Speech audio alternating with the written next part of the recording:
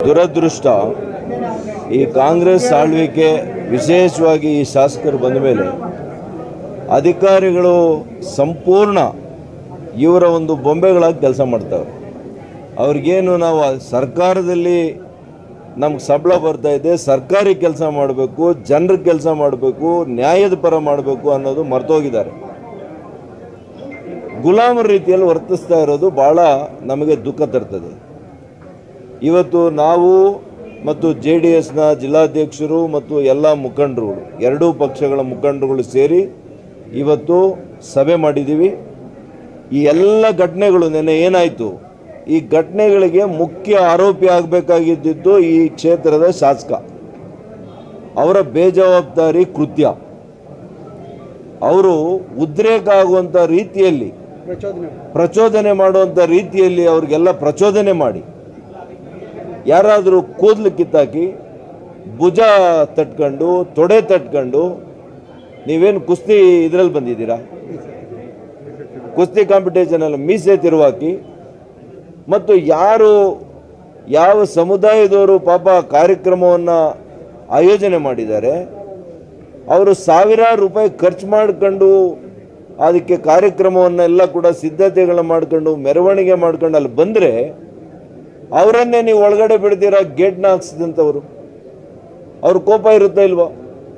ನಾನು ಮತ್ತೆ SP ಅವ್ರಿಗೆ ಹೆಂಗ್ರಿ ನೀವು ಈ ಥರ ಮಾಡ್ತೀರಿ ಅಂತಂದಾಗ ಅದು ಬಿಟ್ಟಾಗ ಅವ್ರು ಹೋಗಿ ಅವರ ವಿರುದ್ಧ ಖಂಡಿತವಾಗಿಯೂ ಕೂಡ ಧಿಕ್ಕಾರಕ್ಕೆ ಹೋಗಿದ್ದಾರೆ. ಕಾರಣ ಯಾರು? ಅವ್ರಿಗೂ ಭಾವನೆ ಇರುತ್ತಲ್ಲ.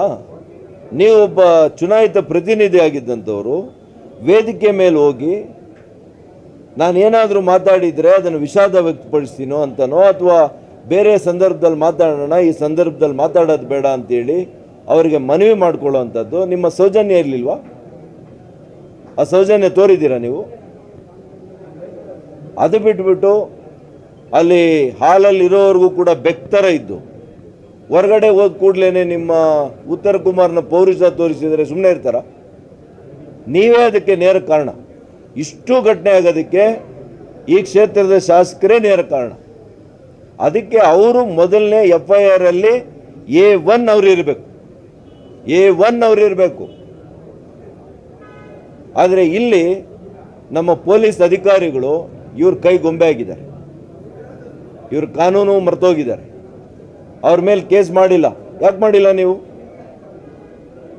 ಮಾಡದೇ ಇದ್ರೆ ನಾನು ಕೋರ್ಟ್ಗೆ ಹೋಗ್ತೀನಿ, ಎಲ್ಲ ವಿಡಿಯೋ ಎವಿಡೆನ್ಸ್ ಇದೆ, ತೋರಿಸ್ತೀವಿ, ಕೇಸು 100ಕ್ಕೆ 100 ದಾಖಲೆ ಮಾಡ್ತೀವಿ, ನಮ್ಗೆ ಗೊತ್ತಿದೆ. ಆದರೆ ನೀವು ಅಮಾಯಕರನ್ನು ಮನೆಗೆ ಹೋಗಿ ನೀವು ಕರ್ಕೊಂಡು ಹೋಗ್ತಾ ಇರೋದು ನಾನು ಗಮನಿಸ್ತಾ ಇದ್ದೀನಿ. ಇದೇ ವಾರದ ಒಳಗಡೆ ಒಂದು ಬೃಹತ್ ಆಗಿರ್ತಕ್ಕಂಥ ಪಕ್ಷಾತೀತವಾಗಿ ಜಾತ್ಯತೀತವಾಗಿ ಇವ್ರ ರೀತಿಯಲ್ಲಿ ಬಾಯಲ್ಲಿ ಅಹಿಂದ ಹೇಳ್ತಾನೆ. ಒಂದೇ ಒಂದು ಕಾರ್ಯಕ್ರಮಕ್ಕೆ ಇದುವರೆಗೂ ಕೂಡ ಭಾಗಿಯಾಗಿಲ್ಲ ನೀನು. ಅಂಬೇಡ್ಕರ್ ಜಯಂತಿ, ಅಂಬೇಡ್ಕರ್ ಹೆಸರಲ್ಲಿ ಮತ ತಗೊಂಡೆ, ಅಂಬೇಡ್ಕರ್ ಜಯಂತಿಗೆ ಬಂದಿಲ್ಲ, ವಾಲ್ಮೀಕಿ ಜಯಂತಿಗೆ ಬಂದಿಲ್ಲ, ಸ್ವಾತಂತ್ರ್ಯ ದಿನಾಚರಣೆಗೆ ಬಂದಿಲ್ಲ, ರಿಪಬ್ಲಿಕ್ ಡೇಗೆ ಬಂದಿಲ್ಲ. ನೀನು ಯಾವ ಪ್ರತಿನಿಧಿರಿ? ನಿಮ್ಮಿಂದ ನಾವೆಲ್ಲ ಇಡೀ ಚಿಕ್ಕಬಳ್ಳಾಪುರ ಜನತೆ ತಲೆ ತಗ್ಸಂಗಾಗಿದೆ ಇವತ್ತು ನಮಗೆ. ಹಾಗಾಗಿ ನಾನು ಇಷ್ಟೇ ಹೇಳ್ತೇನೆ, ಸರ್ಕಾರಕ್ಕೆ, ಪೊಲೀಸ್ನ ಇಲಾಖೆಗೆ ನೀವು ಎಚ್ಚರದಿಂದ ಕೆಲಸ ಮಾಡಿ. ನೀವು ಇವ್ರ ಕೈ ಬೊಂಬೆಗಳಂಥ ರೀತಿಯಲ್ಲಿ ವರ್ತನೆ ಮಾಡಿದರೆ ನಮಗೆ ಗೊತ್ತಿದೆ ಯಾವ ರೀತಿ ಹೋರಾಟ ಮಾಡಬೇಕು. ನಿಮ್ಮ ತಲೆ ಕೂಡ 100ಕ್ಕೆ 100 ತಲೆ ದಂಡ ಆಗೋ ರೀತಿಯಲ್ಲಿ ನಾವು ಕೂಡ ಕ್ರಮ ತಗೊಳ್ಳೋದು ಗೊತ್ತಿದೆ. ನಮಗೂ ಕಾನೂನು ಗೊತ್ತಿದೆ, ಸಂವಿಧಾನ ಗೊತ್ತಿದೆ.